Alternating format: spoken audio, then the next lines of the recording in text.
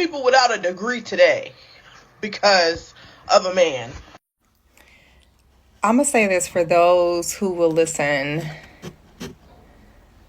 Don't be like those of us who allowed a man to stop us in our tracks.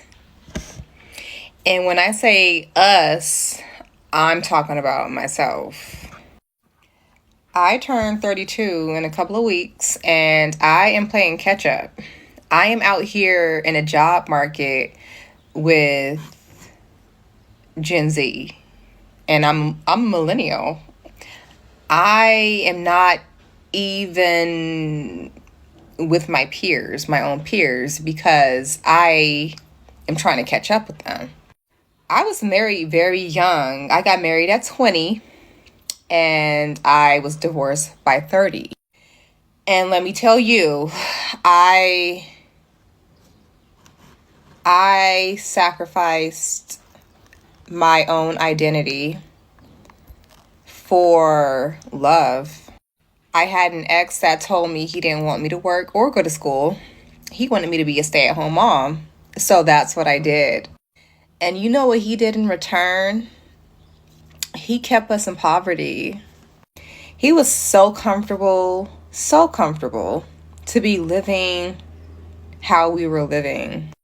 And little naive me got pregnant back to back every 2 years. So now, as I am playing catch up, I also have 3 kids.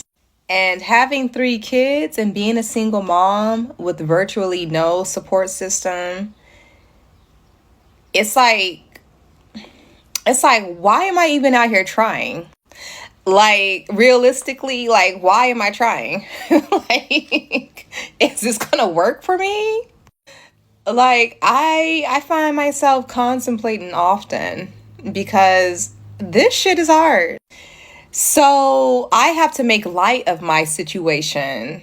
So I laugh a lot. You know, my neighbors hear me laughing hysterically at 2:00 in the morning because I can't cry anymore.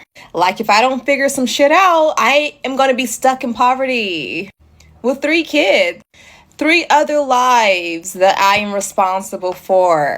And it is such a huge feat. It is such a huge feat. It is such a huge feat. And I am telling you, those of you that will listen, don't put yourself in this situation. And the gag is, I got with my husband. I was very young, but I was also very naive, and I was running away from a very traumatic childhood. And when I got with him, I did not want children because, like I said, I came from a very traumatic childhood. And he made all of these promises, these great promises that he would take care of me. And he said that there was nothing he wanted more in life than a family. He said that he wanted a family since he was young. And he was still young saying this shit.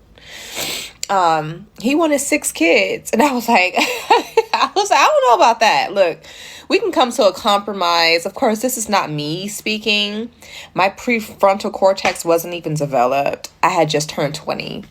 I was like, we can come to a compromise because I was just so in love with him. I was like, we could do 2. We can have 2 kids. You know, two won't hurt. And so, yeah, he had me.